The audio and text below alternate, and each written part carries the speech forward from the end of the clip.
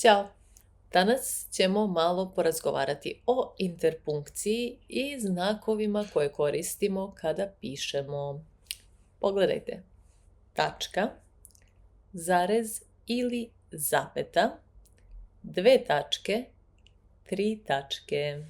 Upitnik ili znak pitanja.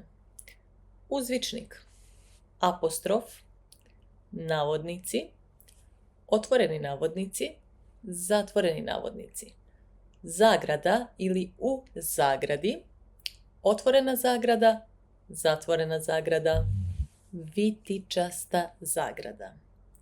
Vitičasta zagrada, otvorena ili zatvorena. Crtica ili povlaka, donja crta, kosa crta, taraba, zvezdica. Tu su i osnovne matematičke funkcije.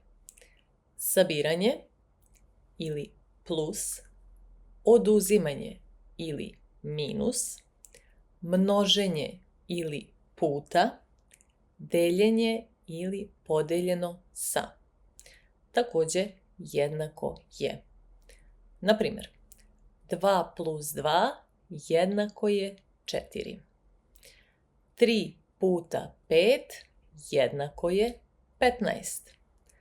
15 podeljeno sa 5 jednako je 3 i 15 minus 5 jednako je 10.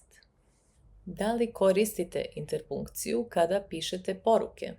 Pišite mi u komentarima. Vidimo se. Ćao!